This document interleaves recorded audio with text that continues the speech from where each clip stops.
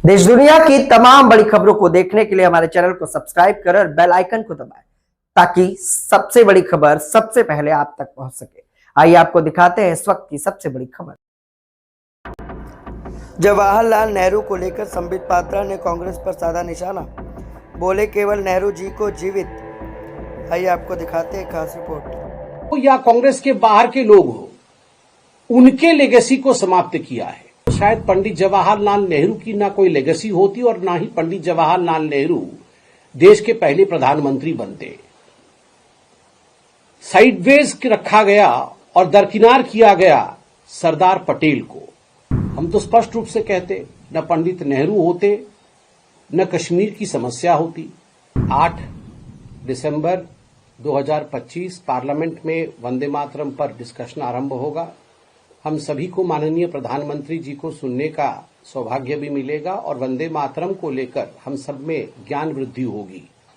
और दूसरा महत्वपूर्ण विषय है कि जिस प्रकार परसों अर्थात 5 दिसंबर को सोनिया गांधी जी ने एक कार्यक्रम के दौरान कहा था कि द रूलिंग डिस्पेंसेशन अर्थात भारतीय जनता पार्टी नेहरू जी के लेगेसी को मिटाना चाहती है। Bharatiya Janata party is trying to wipe out the legacy of Pandit Jawaharlal Nehru.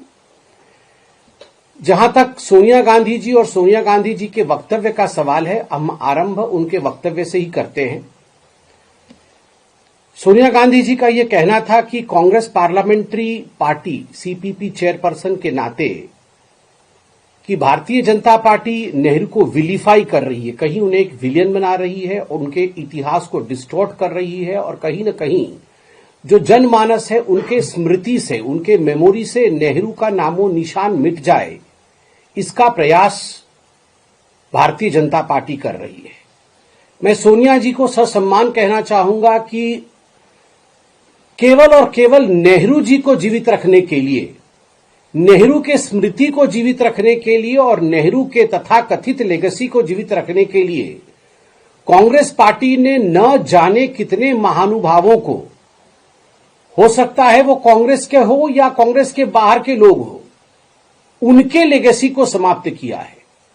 उनमें सबसे बड़े उदाहरण अगर मैं देना चाहूं, कुछ उदाहरणों में से बड़ा उदाहरण है वल्लभ भाई पटेल जी का, कि किस प्रकार वल्लभ भाई पटेल जी को समाप्त करने की कोशिश की गई कांग्रेस के अंदर ही। और तो और अगर सही डेमोक्रेटिक तरीके से कांग्रेस पार्टी के अंदर जो वोटिंग प्रणाली थी कि देश का पहला प्रधानमंत्री कौन बनेगा, अगर उसे फॉलो किया जाता तो शायद पंडित जवाहरलाल नेहरू की ना कोई लेगेसी होती और ना ही पंडित जवाहरलाल नेहरू देश के पहले प्रधानमंत्री बनते। साइडवेज रखा गया और दरकिनार किया गया सरदार पटेल को। ठीक उसी प्रकार सुभाष चंद्र बोस जी को कई वर्षों तक जिस प्रकार उनकी उपेक्षा की गई और जिस प्रकार उनके विषय में कम करके आंकने की कोशिश कांग्रेस पार्टी ने किया है, वह भी आप जानते हैं। केवल इतना नहीं, उससे बड़ी बात है कि बाबा साहेब अंबेडकर जिन्होंने भारत के संविधान को रचा, who was the chairman of the drafting committee of the Indian constitution, उनके साथ जिस प्रकार का व्यवहार पंडित जवाहरलाल नेहरू का रहा, यह कोई छिपी हुई बात नहीं है, जनता जनार्दन जानती है। और मैं धन्यवाद दूंगा आदरणीय प्रधानमंत्री श्री नरेंद्र मोदी जी का कि उन्होंने भारत के सदन में यह मौका भी दिया। जब संविधान के विषय में चर्चा हो रही थी तब हमें मालूम पड़ा कि जो चिट्ठी आदान प्रदान, पत्राचार हुए थे अंबेडकर जी और अंबेडकर जी के साथ नेहरू जी का, उसमें अंबेडकर जी ने नेहरू जी के विषय में क्या कहा है, नेहरू जी के प्रति अंबेडकर जी की क्या सोच थी, यह भी हमने देखा। और बदला किस प्रकार कांग्रेस पार्टी ने लिया, उसके लिए मैं एक कार्टून भी लेकर आया हूं। ये 2012 तक एनसीईआरटी के किताब में यह कार्टून मौजूद था, जहां आप देख सकते हैं पंडित जवाहरलाल नेहरू किस प्रकार चाबुक चला रहे हैं अंबेडकर जी के ऊपर। और अंबेडकर जी कॉन्स्टिट्यूशन के जो दाता हैं, कॉन्स्टिट्यूशन के जो निर्माता हैं संविधान के, जिस संविधान के प्रतीक को लेकर राहुल गांधी आज राजनीति करने की कोशिश कर रहे हैं, जिसके निर्माता बाबा साहेब अंबेडकर हैं, वो संविधान बना रहे हैं और उनको चाबुक से, कोड़े से मारने की कोशिश यहां दिखाई गई है पंडित नेहरू की। यह लिगेसी है पंडित जवाहरलाल नेहरू की। तो गांधी परिवार और नेहरू खानदान ने जिस प्रकार बाकी लोगों के लिगेसी की समाप्ति की कोशिश की,